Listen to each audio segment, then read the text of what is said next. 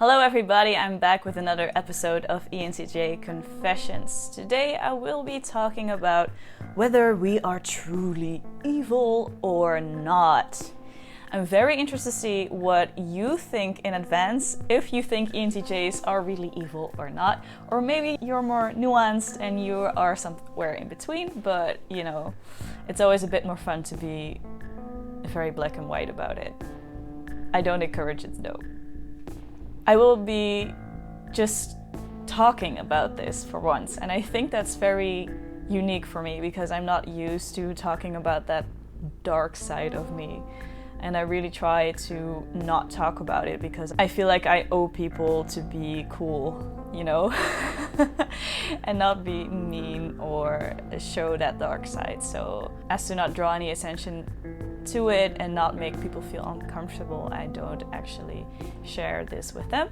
But you know, I was just trying to give a full picture, an idea of ENTJs and what our struggles are. So I was like, let's just freaking do it, you know, whatever, we'll see what happens. One of the things I would say what makes us evil sometimes, or me evil maybe a bit, is that I can at times judge people. It's really hard for me to admit, but I do. I'm very hard on myself, in case you hadn't noticed yet from previous videos if you've seen them. And therefore I have very high expectations of myself, and I can have those of other people as well. And when they don't meet those expectations, then I can get kind of upset with them. Which is freaking unfair, I know, but I still do it anyway. Mostly it's when it's about more like ethical or moral reasons, because that's when I'm the hardest about myself as well, because I'm freaking, I don't know, like a knight in shining armor or something, or rather I like to see myself like that, of course, but I'm not, because I'm only human after all. So I make mistakes too.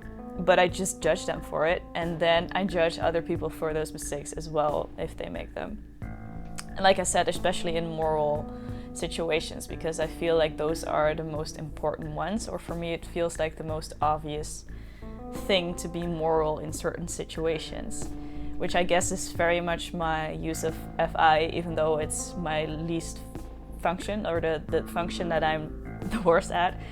I still have high morals, I guess, and those can come out in a very judgy way, and I promise I do try to keep it in and not be, you know, a mean person to say the least, but sometimes I kind of get ragey about these situations if I feel like someone has wronged me, or if I feel like someone wronged like a group of people or something, or someone else just, you know.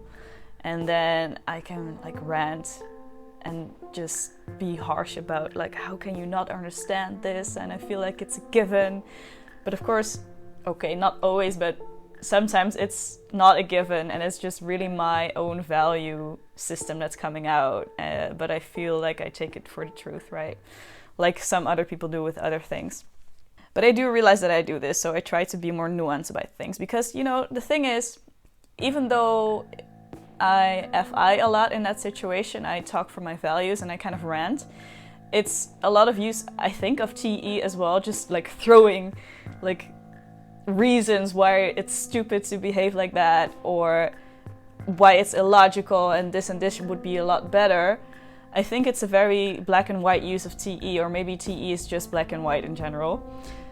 So it's not nuanced, and I feel like a lot of moral questions usually just ask for a lot of nuance. And that is why, on top of the fact that the ranting isn't always nice to do, it's also kind of illogical sometimes, because the real world works in nuances, you know. So the freaking black and white thing is just me going nuts, I guess. Yeah, it's funny in the moment to some people, and I guess I'm kind of happy that I can still be entertaining about it, but it's kind of mean.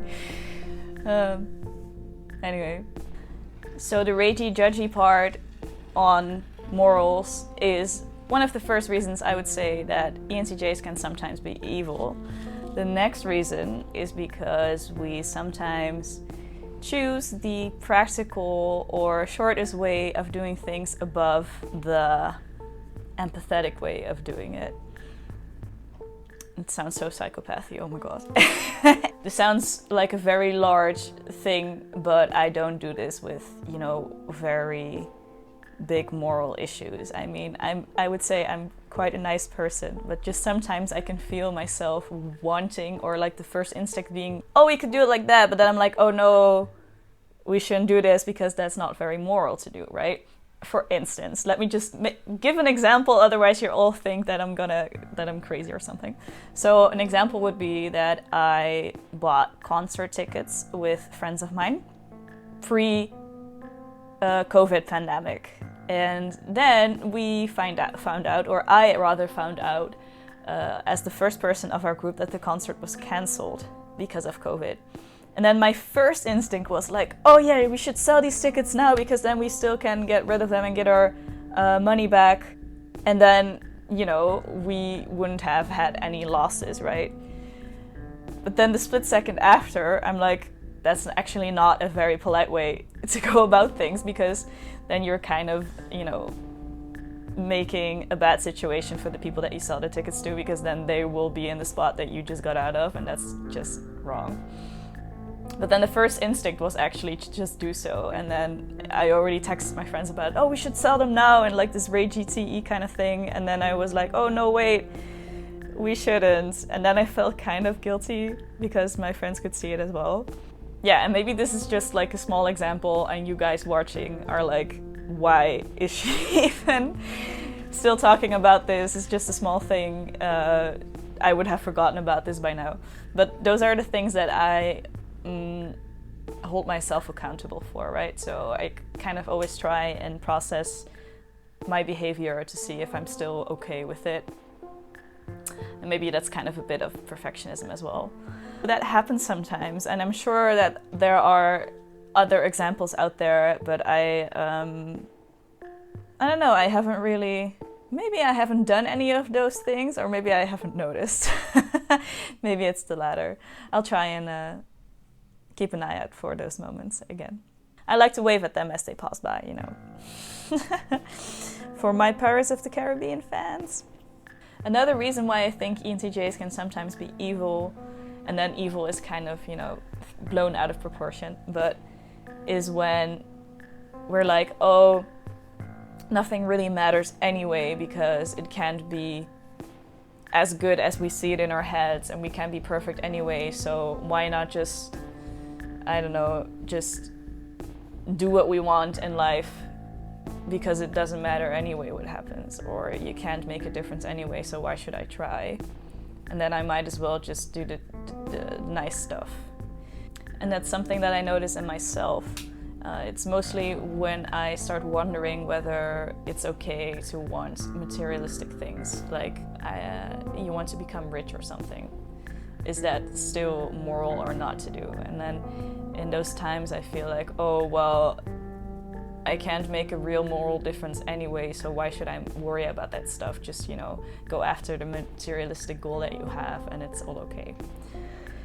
But those are very rare moments. I try, to listen to my morals in that sense. And I guess I'm still really trying to find a balance between my inferior feeling function and my dominant thinking function. And if you guys don't know about those functions, if you're listening to this and you don't understand, I can still make videos about the cognitive functions, explaining them, because each personality type, the ENTJ as well, has different cognitive functions that they use. And for me, it's the thinking function on top, like the first one I'm best at, and the feeling function at the bottom, because I'm the least good at that one. So yeah, I guess this video is about me trying to balance my thinking and feeling, because I'm not really talking about intuition and sensing. I mean, I hope I'm using them, but yeah, it's not really the part where I get stuck in life, I guess. It's really the thinking and the feeling. So if you are wondering whether the ENTJ is evil or not, it's really rather how is their balance between their feeling and their thinking function. Because I think ENTJs can be very unevil, very friendly and kind.